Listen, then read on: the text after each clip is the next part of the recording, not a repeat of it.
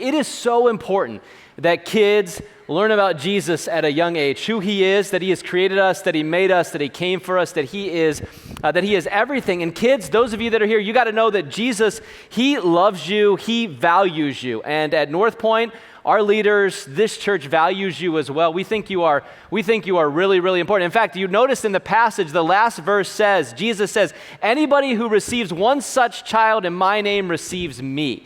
That's how Jesus looks at kids, how he values kids. So we don't just say that kids are important and valued in your love because they're just cute or it's the right thing to say. We say it and we believe it because Jesus believed it, and he is everything. And so kids, I've got some words for you this morning. Lots of kids were in first service. They stayed for second service and sang and they went home. So adults, your parents, I'm going to speak to your parents a lot more this service. But kids, listen, you've got to know that Jesus loves you, that he created you, that he wants the best for you. And you find that by learning to pray and reading his word and getting to know who he is and coming to trust in him with your entire life. And so I hope you keep coming to NorthPoint or a good church that would just show you and teach you about Jesus. Ask the questions that you have about Jesus and God and how he created and made this world. Take whatever you're dealing with to him. He wants to help you with all of those things. In fact, Jesus values you so much that he told adults that if adults are going to understand what his kingdom is about, what Jesus is all about, we actually need to become like a child. Now that's really interesting that Jesus would say that because often children look to adults, they look to the parents that are in their life, their guardians, to teach them, to train them. But Jesus actually says in this passage we saw that children can teach something to adults. In fact, children are able to teach adults the most important thing that they could ever learn. And we find that story in Matthew chapter 18. So if you got a Bible, go ahead and turn to Matthew chapter 18. If you don't have a Bible, there's some Bibles in the chairs in front of you, page 799. And if you are a kid that's in here or a teenager, man, grab one of those Bibles. Maybe parents, you could help them find page 799 so they can see this from Jesus himself. Now, this story from Jesus is one of a number of instances where he interacted with kids. And what it shows us is we see all Jesus' interactions is that while Jesus has a general love for all the people that he has created, he seems to have a special kind of love and affection for kids. And Jesus just does that. I mean, for people that are vulnerable, people that are on the outside, people that don't have as much as others physically in this life, Jesus just goes out of his way to love them and to show him his care and affection. So that Jesus always has time for kids. They're not an inconvenience to him. He's not annoyed by them, but he wants them to come to him. In fact, I just say this, if Jesus was here with us, physically present this morning, I believe that he would be chasing kids around our foyer. And he might talk to the adults, but I think he would care a lot more about what's going on with the kids. And he would chase you around the church, and if somebody said to Jesus, Jesus, you can't run in church, stop running, he'd be like, this is my church, I can do whatever I want. And I want to chase the kids, right? And maybe he would make you a snack. You wouldn't even have to go to the pantry to get your goldfish. Jesus would just be like, whoop, here's your goldfish, right? Maybe just feed all of us. And he'd play Minecraft with you, and he would shoot hoops with you. Kids, he would want to be with you. He would want to spend time with you. That's what we see from Jesus' interaction. And I think especially Jesus would talk with you about trusting him, about giving your life to him. And as you grow up and as you mature and as you get older, that you would continue to look to him because he knows you, he made you, and he wants what is best for your life. So this is one big thing we get from how Jesus interacted with kids. He loves you, he values you, he has what is best for you. But then there is more. Because you see, Jesus actually used a child to picture the essence of his kingdom. And we see it in our story in Matthew chapter 18. Notice how this story starts out in verse 1. It says this, the disciples came to Jesus and they asked, who then is the greatest in the kingdom of heaven? Does anything about that question in the context strike you as it being a really dumb question for people to ask Jesus?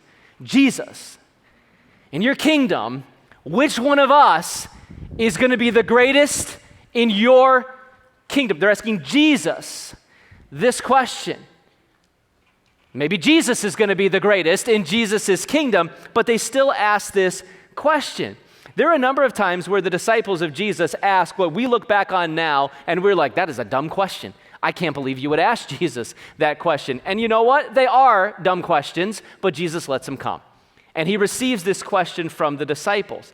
Again, it's easy for us to say, I can't believe they would ask Jesus such a misguided question about who is the greatest. But then again, don't we do the same thing that the disciples do? You see what the disciples are really concerned about. And this group of disciples is probably Jesus' 12 male disciples. He had a lot of female and male disciples that followed him, but this is probably like the 12, the closest ones to him. And so they're asking him this question, and we think, why would they do that? Well, you know what they're concerned with? They're concerned with rank. They're concerned with status. They're concerned with hierarchy, and they're concerned with where they fit in Jesus' kingdom. We could say in our language, they're concerned with who wins. Who are the winners and who are the losers? I don't know if you've seen this viral video. It's kind of funny, but it's also kind of sad. And it's this video of a coach, a man who is a coach of a Little League team. And he's talking to his Little League players, these little tiny players, and he says, all right, when we go out on that field, we all know there's two types of people out on the field. There are winners and there are losers. When we go out on the field, what do we want to be? And the kids are like, we want to be winners. Yeah, we're going to be winners today. And then he says this, and if your dad tells you, it doesn't matter if you're a winner or a loser when you go out on the field, I'm sorry to say it, but your dad's a loser. That's what he says to these little league kids. And you're like, I don't know what I'm supposed to do with that, right? Because it's kind of funny, but it's kind of like you can't say things like that. But he's just vocalizing what's in every single one of us. And you know it's true, because if you've had kids or you had grandkids and they went to t-ball and they went to soccer when they were like 4 years old, and the rules of the league are we don't keep score, forget about it. They're keeping score. It doesn't matter if none of the adults are keeping scores. As soon as Johnny gets off of his little league t-ball thing that he just did, he's like, we won 8-4. We won 8-4. Like, how do you know you won 8-4? Because he's tracking it, man. He has to know who the winners and the losers are. Our daughter, Lexus, who just graduated from high school, when she was 4, she played soccer. And at the end of the soccer season, for this little 4-year-old, they got all the teams together, and every single member of all of the teams got the same medals. And she looked at us when she realized everybody was getting medals, and she's like, what is this all about? This is ridiculous. Not everybody should get medals. Not everybody won, so they shouldn't all get the medals. She, of course, thought she should receive a medal for her team, but there are other losers that are out there that probably shouldn't get the medals. That's what's going on inside of every single one of us. What's my rank? Where do I fit? What's my status? Where is everybody else at? We lump people. We categorize people. We put them in boxes. And Jesus' disciples, they want to know the ranks. They want to know the winners and losers. It's actually, the more you think about their question in the context of what's going on, this is towards the end of Jesus' life when he's about to go to the cross, and he's told them that he's going to do it. It's kind of appalling that they ask him this question. It would be kind of like if you went to a funeral visitation, and when you go to a funeral visitation and you're there with the family of the person that died, you say something to them like, oh, I know how you're feeling. Your loss must be so bad. I lost my pet goldfish last week. I know how you feel, right? And people make some of those stupid comments like that sometimes. That's a cringy thing to say.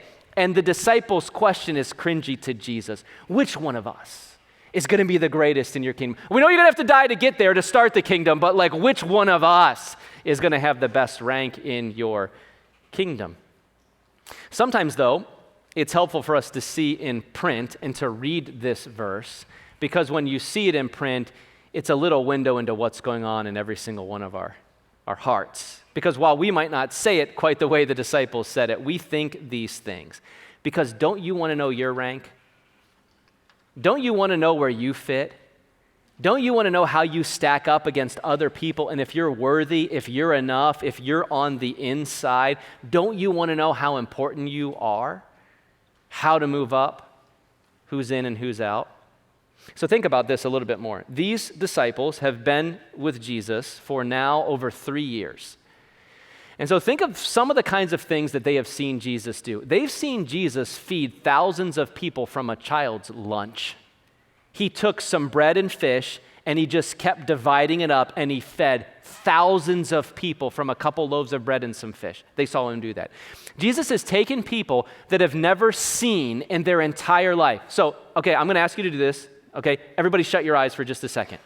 Everybody shut your eyes. Okay, so there are some people that have lived their entire lives, 40 years, This way, they've only heard sounds, but they have never been able to see anything. And now open your eyes. And he opened their eyes, and for the first time in their life, burst of color. They saw the face of family members and friends whom they've only ever heard before. They saw them, and the disciples saw Jesus give people sight for the first time. He saw him take people who were deaf, who could not hear, and let them be able to hear. He brought people back from the dead before their very eyes. People that had no breath in their lungs, and they were dead, laying out, and Jesus said, rise up, right? And they get breath in their lungs, and they walk, and they come back to life. They saw him do that. And then this one just happened. Jesus' inner circle, Peter, James, and John, Jesus invited them up onto a mountain. He takes them up onto a mountain, and on that mountain, for a very brief time during his earthly life, he let them see his glory. And Elijah and Moses, here's your vintage faith Old Testament tie-in. Moses and Elijah, they come back down to earth from heaven. They shine in their glorified bodies. Jesus shines and he shows them who he truly is in all of his glory. And Peter, James, and John see this, so much so that Peter ends up saying, let's just make little worship centers right here for the three of you, and let's stay up in this moment together because it's so absolutely beautiful. And in that moment, God the Father's voice speaks from heaven and says to everybody that's there, this is the Son whom I love, and I am pleased with him. Listen to what he says. They heard God's voice from heaven, and moments later they turn around and they're saying, hey, which one of us is going to be vice president when the kingdom starts? Who gets the corner office? Who gets to be the line leader? Tell us, Jesus, which one of us gets to do that? See, they had probably been whispering among themselves, like who do you think's the greatest? And Peter, James, and John, they come down off that mountain. We call it the Mountain of Transfiguration. And Jesus said, hey, don't tell anybody what happened up here. Don't speak a word about this. I don't want you to tell anybody. Do you think they listened to Jesus? Not a chance. There's not a chance. They get down off the mountain, and the Bible doesn't say this, but I'm pretty sure they went to the rest of the disciples like, you're never going to believe what we just saw. Too bad you guys didn't get a ticket to the show to see what we got to see, but Jesus really likes us the best. And so I bet when his kingdom starts, like there's probably going to be 3 extra thrones like around his throne, and we're, Peter, James, and John, we're going to be seated on those. And the other disciples are like, why do you think that's not true? That's not going to happen. And they're bickering and they're arguing and there's jealousy. And they're like, well, let's just go to him and find out. Let's just ask Jesus who's going to be the greatest in his kingdom. And after seeing the glory of Jesus, they're talking about themselves and their position and their rank. And I imagine that when they asked Jesus this question, he looked at them like he probably often did, with great love in his eyes and a great love for them, at the very same time thinking, these guys are a bunch of boneheads. They're just a bunch of boneheads. They missed it, and yet he loves them. And instead of directly answering them, he decided that he was going to show them something. He was going to show them something. And so I got a little helper this morning to help show us what Jesus did. Can you come up here, bud? All right, good job. Look out at all these people. Let's turn this way. So can you tell me what your name is? Braden. This is Braden. This is Braden Quick. And Braden, how old are you? 5. He's 5 years old. And about how tall are you? What do you think? Like about this tall? Yeah, I don't know how many inches that is, but that's not super tall. Yeah, so far. Braden, what's your job? What do you do for work? Help my family. Okay, he does have a job. He helps his family, he said. So very good. So I know Braden a little bit. This is Jay Quick's son, his oldest son. And Braden is a pretty cool kid. Braden also, I know, is pretty fast. Braden likes to fish as well. Don't you like to fish? Do you catch some big ones sometimes? Yeah. He's also a little bit shy. Here's something else I know about Braden. I know, as cool as Braden is, that Braden did not drive himself to church this morning. And I know that Braden's not going to drive himself home after.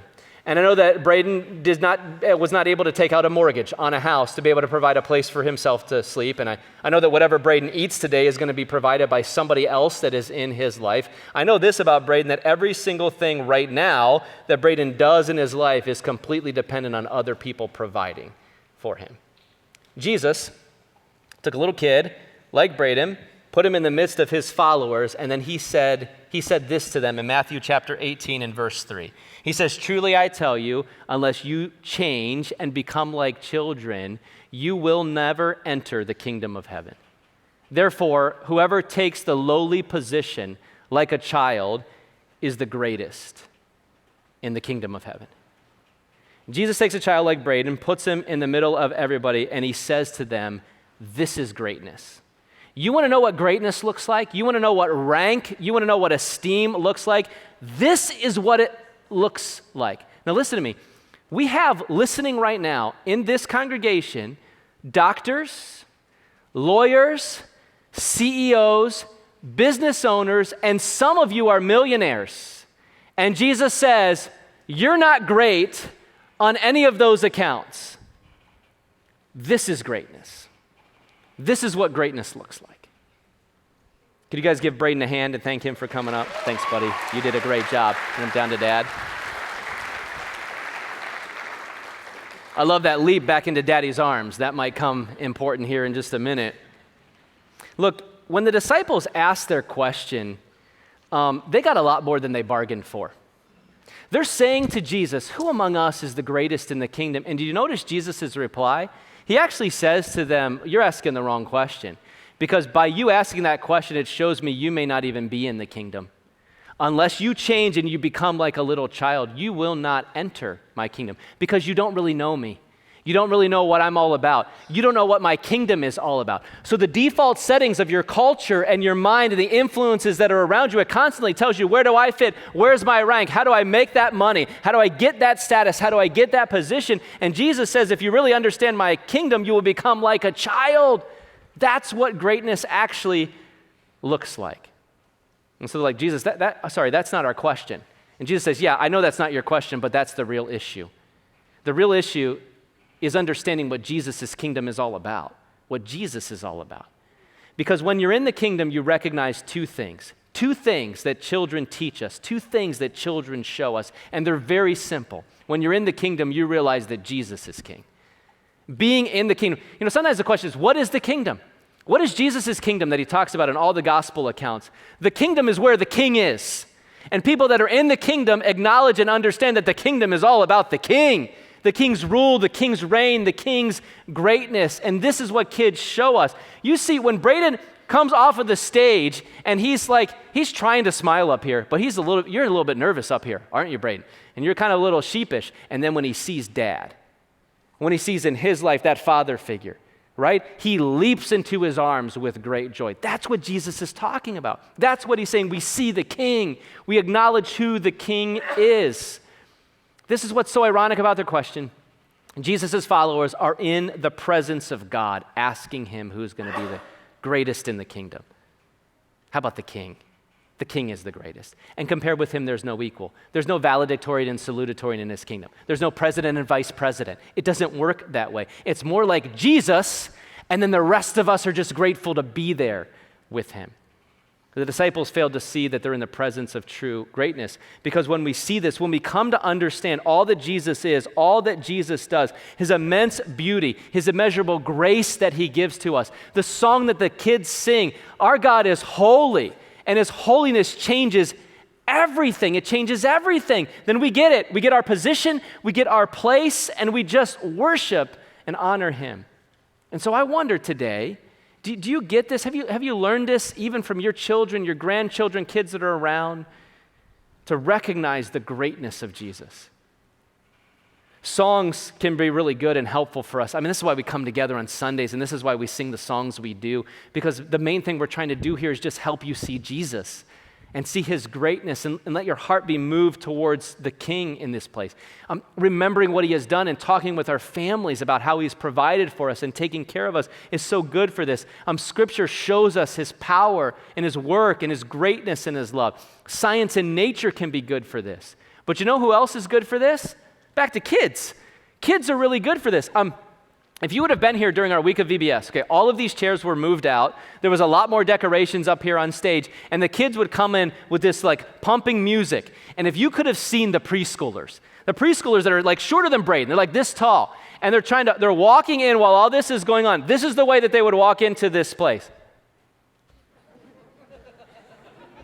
And they would just do this, and they would just wonder. If we didn't have people directing them where they were supposed to go, we would have had 100 preschoolers just scattered throughout the building, just going around wondering like this. And it's that awe that they have, their wide-eyed wonder that they have, that Jesus is like, we got to capture that. That's what I want for you, to see me and to see my greatness. Have you ever seen a kid eat an ice cream cone, go to Van D's or Heavenly Delights on a hot summer July day? And they've got that ice cream cone, and it is all over their hands. There's as much on their hands as there is in the cup still, right, or the cone. And it's like even dripping, little drips like off of their elbow, and they don't care because they're into the ice cream, enjoying the ice cream. That's what Jesus wants for us. One of our daughters, when she was, maybe 3 or 4 years old, and we were living in Ohio at the time, we went to a fireworks show. And we're laying out on the grass, like laying out on our backs, looking up at the fireworks. And I'm telling you, every single firework that went off, this is what this kid did. Whoa. Wow. That's awesome. She had a little bit of a lisp back then. And she would just talk like that. And she just over and over and over again. I mean, it's like a 20, 25-minute show. And just the whole time, whoa, wow, that's awesome. That's amazing. And it just makes you think in my mind, have I lost that?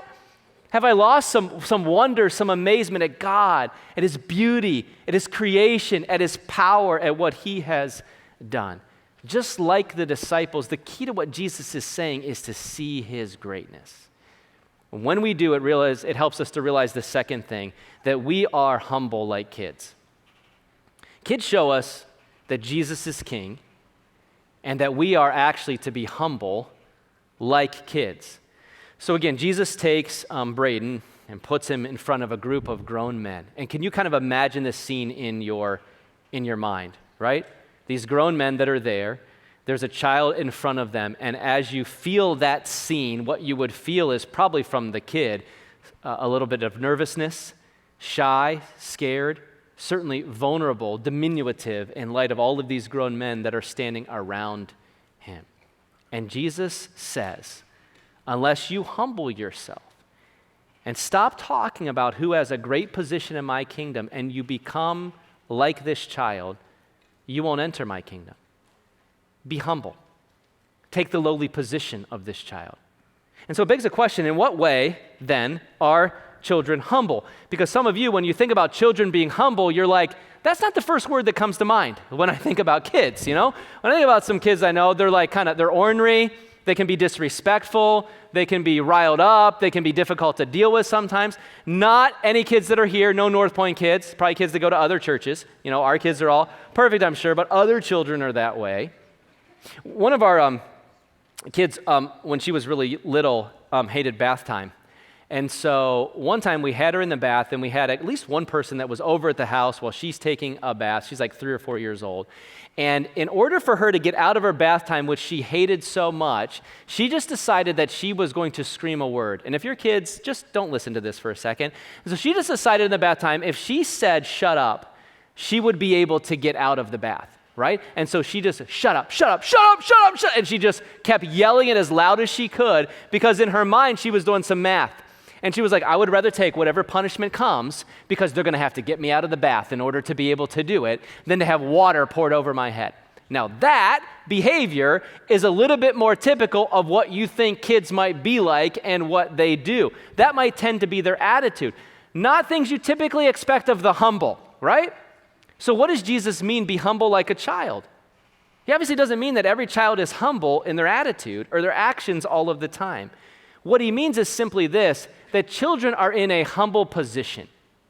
They're in a lowly position because they are dependent upon others for their very life.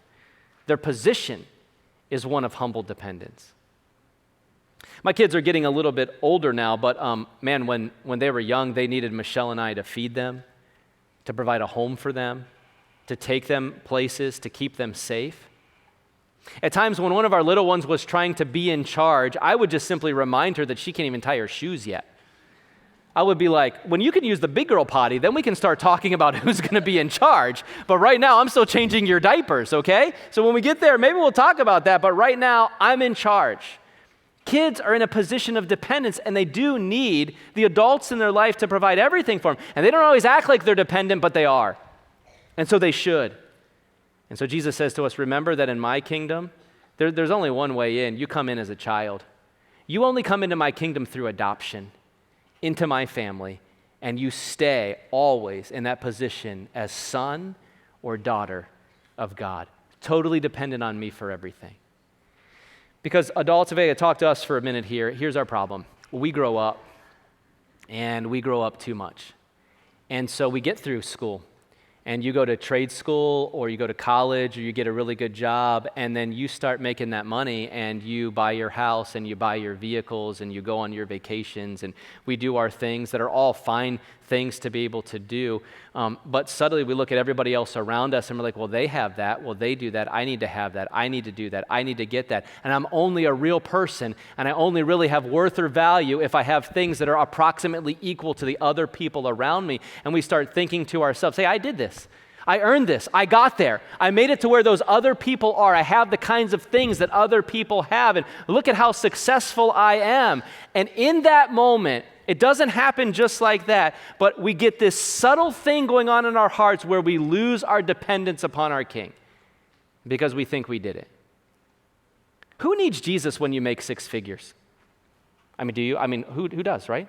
You don't need Jesus when you make six figures, when you can go on the vacations, when you have 4 streaming services, right, in your home, right? When you have high-speed internet, broadband internet, when you have a T1 line, or I don't know, whatever they're doing nowadays. Like, who needs Jesus when you have all of those accommodations, all of those comforts? And when that subtle shift happens in our hearts, we start asking questions like, who among us is the greatest? Where do I rank in your kingdom? And we also start thinking things like, well, I don't deserve that. I shouldn't have to deal with that. I'll just pay to not have to deal with that. We demand rights. We expect certain things. We prioritize ourselves and our comfort, and subtly Jesus moves down the priority list for us. And so I asked the wrong questions. Did you notice the word that Jesus used to describe what needs to happen for his followers? In verse 3, he says, unless you change. That word change is the word for unless you turn. It's the New Testament word for repent. Unless you repent and go the opposite direction, you're in danger. You're in a bad place.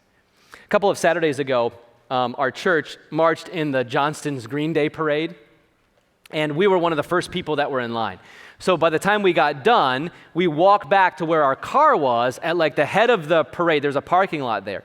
And so I jumped into my car with one of my daughters, and I was going to go to the Sorrell's house, who was like right there.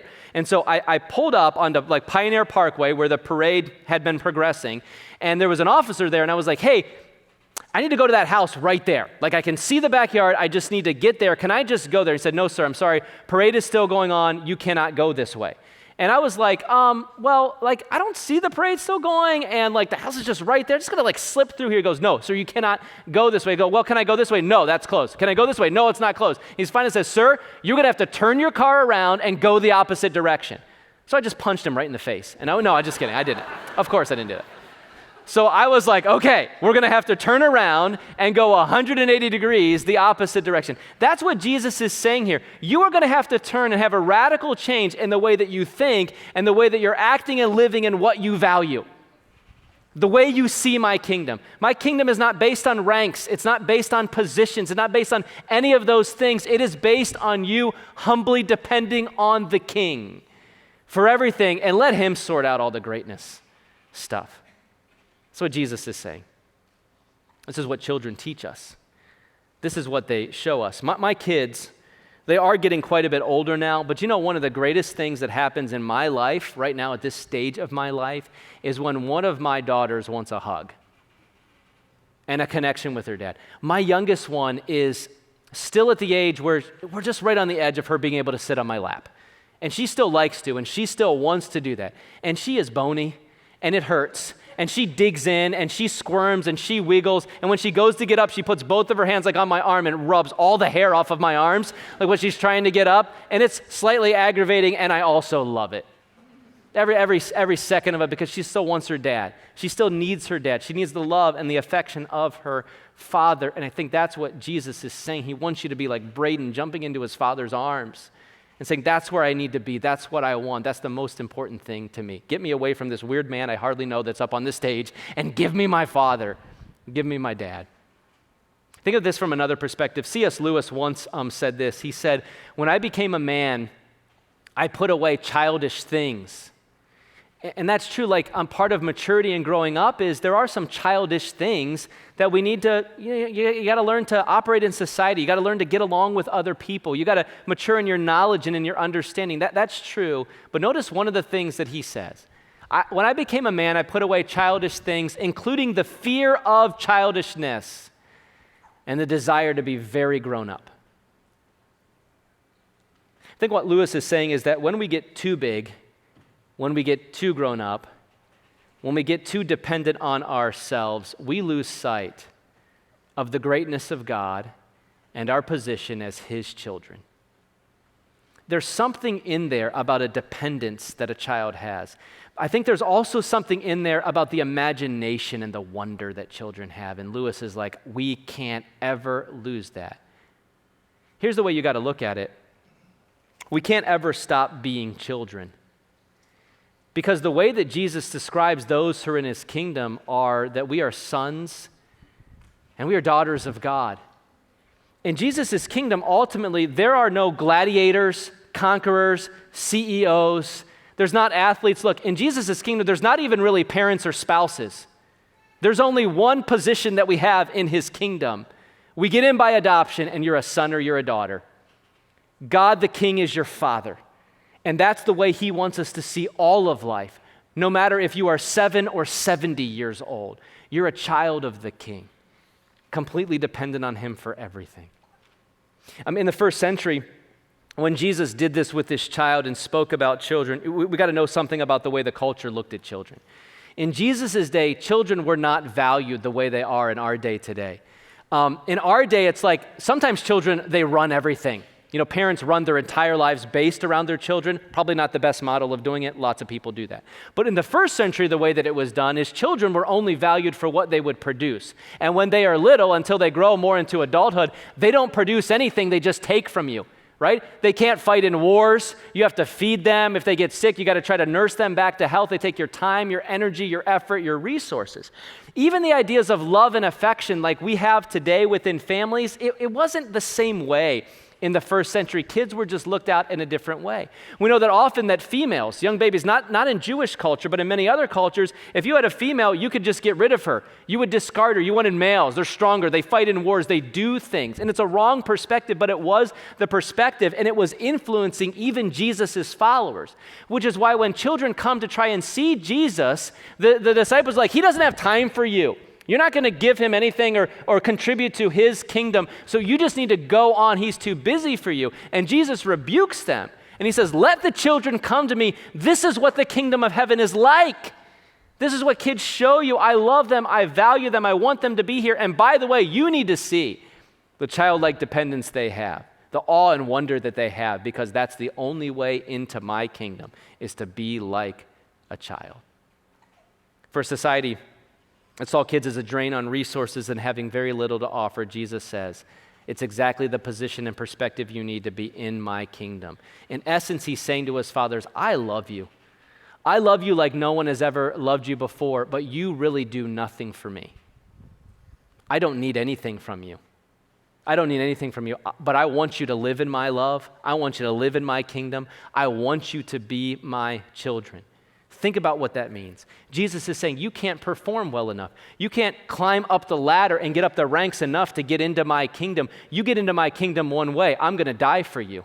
I'm going to let you in through my life, my death, and my resurrection on the cross. I'm going to apply it to your account if you trust in me and you come in adopted into my family. That's the only way in. Which, if you believe that and we rest in that, gives you incredible freedom in your life.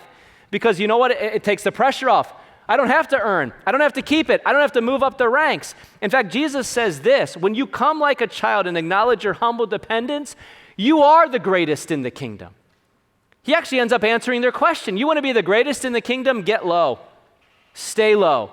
Rest in me. See my greatness in humble dependence. How great is that? The freedom of not having to save yourself, not having to be the king, but being in his kingdom as a child of God. Let me wrap this up with this. Kids and teens that are here, Maybe you've been doing your activity packs, which is really great. That's what we had them for. But listen to me here at the very end. I just want you to hear it one more time. No one loves you like Jesus. And no one will ever love you like Jesus. You may not always understand what he's doing.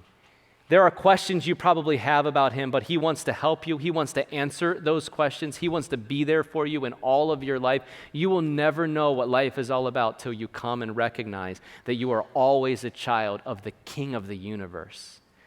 And he is your Father. So learn to pray.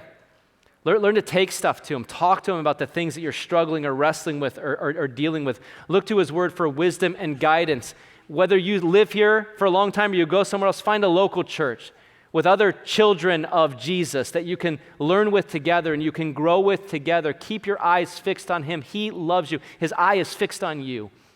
And he wants what is best for you. And kids and teens, as you grow and you get your education and you get confidence and you learn things, and you do, in the light of the world, you move up those ranks because that's probably going to happen in your life. Never stop depending on him. Never think you did that on your own. Recognize that he's walking with you, that he sees you, that no one loves you like he loves you. Keep looking to him and resting in him for all of your life. And then adults that are here, be a child. Do you need to come back to this? Have you gotten to a place in your life where you're like, there's a ladder, there's an ambition, there's a rank, there's a next thing, and you're like, if I get that, then I'll be enough. I'll be worthy. I'll be happy. And is Jesus saying to you today, it's fine. I mean, you got to work a job. You got to make money. We got to have vehicles to have transportation. You got to live somewhere. Yeah, that's all fine. That's all fine. You got to do that. But be my child and rest in my love and hope in my love. And let me tell you who you are. If you come this way like a child, you're the greatest in the kingdom. I've got everything taken care of. Have you stopped depending on the King and having your eyes fixed on him and trusting that he's a good father? What ambition's standing in the way? What thing in your mind is like, I'm chasing that, I'm pursuing that, I have to have that. And Jesus is saying, no, you don't. It's only distracting you from my love and what is best for you. Would you yield that to the King? Maybe for some of you, you're like, well, I think maybe there's something there, but I'm not sure what it is. Well, talk to him about it and ask him to reveal it to you. Some of you might say, well, I know that there's something there, but I don't want to think about it. And I really don't want to acknowledge it, and I really don't want to deal with it. Well, you know what? Jesus already knows that's going on in your heart, so just be honest with him. And just say to him, I think this is probably true, Jesus, but I don't want you. I actually don't. I want this more than I want you. That thing is more valuable to me than you are. Just say it to him. He already knows it. And just say, so please, by a miracle of your grace, do something in my heart and show me what real joy is. Show me what real happiness is, and help me to rest in you as my Father. And he will hear your prayer, and he will work in your heart. Kids, let me say to you one more time, thanks for coming to VBS this week. For those of you that are a little bit older and you helped serve with our kids this week, thank you for coming this week. You are valuable. Jesus loves you. Never forget it. Would you pray with me?